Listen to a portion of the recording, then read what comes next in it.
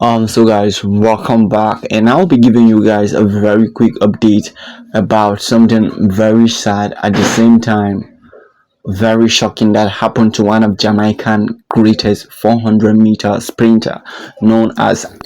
I know a lot of you might not know Akeem Bromified, and the reason probably is because he is not that much popular. But let me remind you that this guy is once a world athletic medalist, right?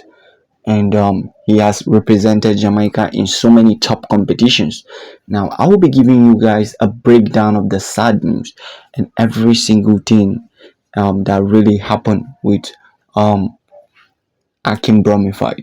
So, Bromified, who holds the distinction of being the second fastest Jamaican ever over 400-meter with a personal best of 43.49 seconds, first burst into the scene as a very promising talent. He became the first Jamaican schoolboy to break the 45 seconds barrier, a feat that heralded a bright future in Jamaican athletics. However, his career trajectory was hindered by a series of prolonged injuries and personal challenges, including the emotional toll of his mother's death in 2021. So, according to this article, indeed, Akin Bromified has was having a very bright future until his mother died, and he is currently injured.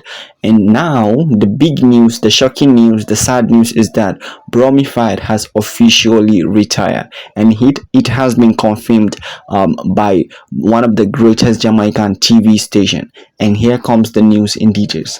So breaking news, Akin Bromified has officially retired from athletics, and recently he informed the JAA, Jamaican Athletics Association, to remove his name from the athletics registered name, and he also asked them to remove his name under the Testing Doping Council in Jamaica.